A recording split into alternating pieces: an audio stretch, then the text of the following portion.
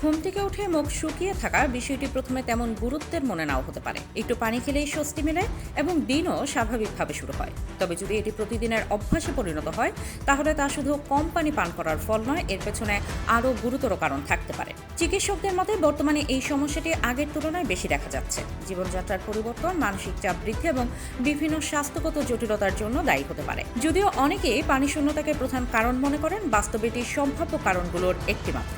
ঘুমের সময় অনেকেই অজান্তে মুখ খুলে শ্বাস নেন, বিশেষ করে যখন নাক বন্ধ থাকে বা শ্বাস প্রশ্বাসে বাধা থাকে। এভাবে মুখ দিয়ে শ্বাস নেওয়ার ফলে লালা দ্রুত শুকিয়ে যায়, যা সকালে মুখ শুকনো হওয়ার অন্যতম কারণ। সাইনাস সমস্যা, অ্যালার্জি বা নাকের গঠনতান্ত্রিক সমস্যাও এই অভ্যাস তৈরি করতে পারে।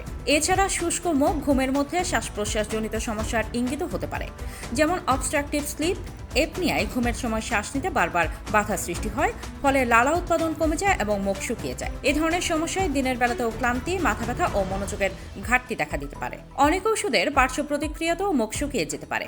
অ্যান্টিহিস্টামিন, অ্যান্টিডিপ্রেসেন্ট বা উচ্চ রক্তচাপের ওষুধ লালার প্রবাহ কমিয়ে দেয়। অথচ লালা মুখের আর্দ্রতা বজায় রাখা ছাড়াও দাঁত ও মাড়ির সুরক্ষা এবং হজম প্রক্রিয়ায় গুরুত্বপূর্ণ ভূমিকা রাখে। এছাড়া কিছু শারীরিক অসুস্থতাও এ সমস্যার কারণ হতে পারে, যেমন অনিয়ন্ত্রিত ডায়াবেটিসে শরীর থেকে বেশি পানি বের হয়ে যাওয়ায় লালা কমে যায়।